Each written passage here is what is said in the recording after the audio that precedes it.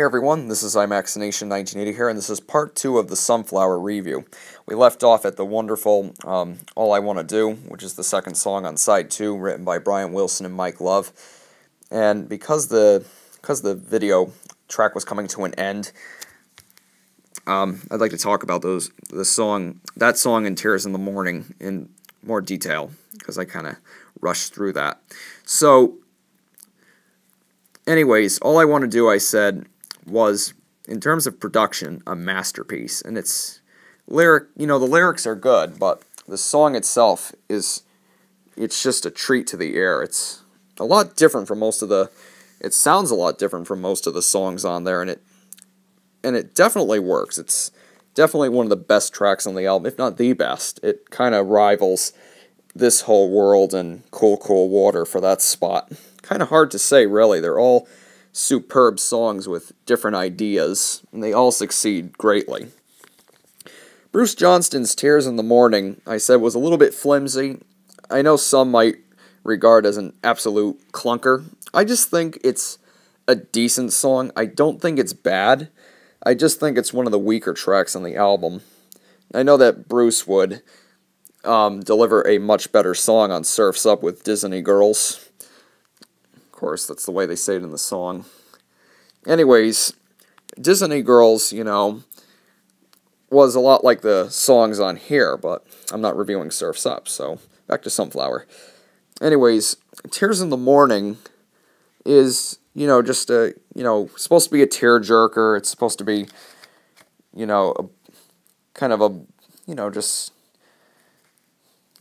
lost my love kind of song. And, yeah, it's just an okay song. It's just that the arrangement is a little flimsy, and it's kind of cheesy, but, hey, if you love the song, that's okay. To each his or own. I mean, just because I don't like it doesn't mean everyone else... It's not that I don't like it. I think it's just an okay song. Again, to each his or own. If you think Tears in the Morning is a good song, then that's good. Definitely tell me what you think of the song or the other songs, if you agree or disagree. Anyways, Tears in the Morning and All I Want to Do open up side 2. And, like I said earlier in the review, there might be some songs I'd take off and, put outtakes from the session, like San Miguel, which I believe first appeared on 1981's 10 Years of Harmony. And there were a couple other great tracks recorded during the Sunflower sessions. There's so many, I can't just think of all of them right here on the spot, but anyways, following All I Want to Do is quite possibly Dennis Wilson's greatest song, Forever, which was co-written with Greg Jacobson. A simple love song, but yet convincing, pulled off in such an honest way, never sappy, never over the top, just a really, effective love song, and it's so simple. And it's not, overproduced or anything. It's actually just a simple the production values are pretty simple on the song, with some very nice harmonies. It's a really good song. If you've never heard it before, you don't know what you're missing. It is a great song. If you've never heard this album before, you don't know what you're missing. Definitely check it out. Anyways, Forever is a standout track on here, and I would have to say it is one of the best. So that's 4 songs that are the best. Forever, This Whole World, All I Want to Do, and Cool Cool Water, which we'll get to soon. After Forever is Our Sweet Love, written by Brian and Carl Wilson and Al Jardine. And this is the only song on the album where Carl Wilson is credited. That's kind of strange. He's not really on this album that much in terms of songwriting, which is too bad. But then on Surf's Up, he would become sort of the leader of the band in a way and contribute more, whereas Dennis's songs were kind of left to the wayside for Surf's Up. Unfortunately, 4th of July and songs like that. Anyways, it's almost like twin albums. Like Sunflower is more Dennis and less Carl, and Surf's Up is more Carl and less Dennis. Interesting enough. Anyways, Our Sweet Love, for some reason, to me, this song would not sound out of place on a Beach Boys album from today to Pet Sounds. It almost has a God Only Knows kind of vibe to it. I don't know why. I mean, you can call that comparison silly, but for some reason, every time I hear this song, I hear God Only Knows. I don't know why. Anyways, it has a Pet Sounds feel to it. The production is sharp. The vocals are good. Definitely a well, just definitely a well done pop song. Just another example of how good this album is. It's just all the songs are well produced. Well, the playing is great. The singing is great, and it's just another perfectly solid, pop song on here. It's just really good. Following that is Al Jardine's At My Window, which Brian Wilson co-wrote. I don't know about this one. It's not bad. Like I said, none of the songs on here are bad. There's no really weak link on here. There's songs that are not as good as some of the other songs on here, but At My Window, I don't really know about this song. I mean, there's a couple parts of it I enjoy. I mean, the whole song is nice and all. I'd probably give it like an 8, like an 8 out of 10, whereas something like Slip On Through would get like a 9 out of 10. That song, it's almost like a childlike, song in a way. And there's nothing wrong with that. I don't know, musically, it does fit in with the rest of the album. I mean, the whole sound of it, it definitely does fit in. It's just, I don't know, there's something about it, it just doesn't tick with me. There's also, I believe it's Brian singing in French. I think it's French. He's singing in French on one part of the song. It's a nice song. That's all. I don't think it's any great shakes or anything, but it's just a nice song.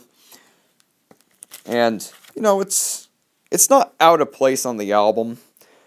It's an alright song. If you personally love the song, definitely tell me what you think about it. And if you hate the song, feel free to talk about it. Talk about all the songs on here. Anyways, this is all, just opinion. I just think it's alright. I mean, it's not bad. It's just, I don't think it's as good as, Slip On Through, This Whole World, and, songs like that. But hey, it's still a good song, worth listening to. It's not, one of those tracks on the album that you want to skip. I mean, none of the tracks on here are, tracks you want to skip. They're all good. And finally, the closing track, Cool, Cool Water. Written by Brian Wilson and Mike Love. It's essentially a rewrite of Love to Say Dada, which is from Smile. I believe it was supposed to be part of the Water, part of the Elements suite. I think my history is a little rusty here. I think the only section of the Elements suite that was actually ever finished was Fire, Miss O'Leary's Cow. But Love to Say Dada can be considered part of it because of, the water section at the beginning. And, people say wind chimes is the wind part, and I don't think they were originally recorded that way. I think Brian started out the Elements suite with Fire, but didn't continue from there, because we all know. That's why on the Smile track listing, Fire is called the Elements Fire, Miss O'Leary's Cow, while the other tracks don't have the Elements in the title. But, going off topic here about Smile. Anyways, Cool Cool Water was written around 1967. It was going to be on Wild Honey. They basically reimagined Love to Say Dada, and they wanted it. They recorded it for Wild Honey, but it was never finished until Warner Brothers executive, A&R executive Lenny Waronker had heard the song, and he was fascinated by it. I believe he saw it as another Good Vibration style song, and he said that he had wanted Brian to complete it because he was fascinated by it. He really liked it. And when the Beach Boys first offered the album to Warner Brothers in the early spring of 1970, originally titled Add Some Music, Warner's rejected it because they felt that it lacked a potential hit single. And they would do the same thing 3 years later when they offered Holland to them. They rejected Holland because they felt that Holland lacked a strong hit single, And there you have it. That's why Sail on Sailor is on the album. So they felt that it really lacked a hit single, and Add Some Music to Your Day's disappointing chart performance before that didn't convince them otherwise. So Add Some Music was rejected. I believe the songs on that rejected version of the album, Susie Cincinnati was one of them. Of course, Susie Cincinnati would later, it was first the B-side of Add Some Music to Your Day, and then it was the B-side of Child of Winter 4 years after that. And then it finally appeared on an album. And it appeared, and that album was 15 Big Ones in 1976. So, yeah, Susie Cincinnati was left off, and I think another one that was left off was Fallen in Love, which was a Dennis song. I think he released that on his own later on in 1970 as a solo single, but I didn't think it went anywhere. Have to look that up again. So basically, they thought Cool Cool Water was going to be the single that would kind of help the album, but unfortunately the single didn't do so well when it was finally released, and the album was a flop anyways. About that, Sunflower probably failed. I mean, musically it was not really out of place in 1970. I think it would have fit in nicely with the nice pop music of the set, like early 1970. I just think it was the Beach Boys name, because the Beach Boys were kind of deemed unhip after Smiley Smile, and they were kind of regarded as those old timers, you know, they were uncool, they were square, which is really unfortunate because, you know, they were making arguably their best music during that time. You know, Smiley Smile, you know, is debatable. I personally think the album's alright. Some hate it, some love it. And then you got, you know, Wild Honey, Friends, 2020, you know, this album, Surf's Up, and Holland and Carl and the Passions is just debatable. Smiley Smile is debatable, but the other albums, you could say that was when the Beach Boys, you know, were at their peak. Like they were just getting better with their music. So basically, Sunflower flopped here in the States. However, it did much better in Europe because at the time the Beach Boys were very popular in Europe. Of course, the Beach Boys would win back, you know, the American music, you know, buyers in 1971 with Surf's Up, thanks to Jack Riley, who wanted to change their image and have them write some more topical songs. But Surf's Up still keeps some of the, you know, the sentimental, soft songs of Sunflower on there, like Bruce Johnston's Disney Girls. There's nothing wrong with soft and sentimental. I think it's a nice, when pulled off right, without being overtly sappy. And I think the Beach Boys did a good job not being overtly sappy with the material they had here on Sunflower, which is why the album succeeds. It's a very, you know, it's a very free-spirited, optimistic, you know, pop album, and it's not syrupy at all. And that's one of the reasons why it succeeds.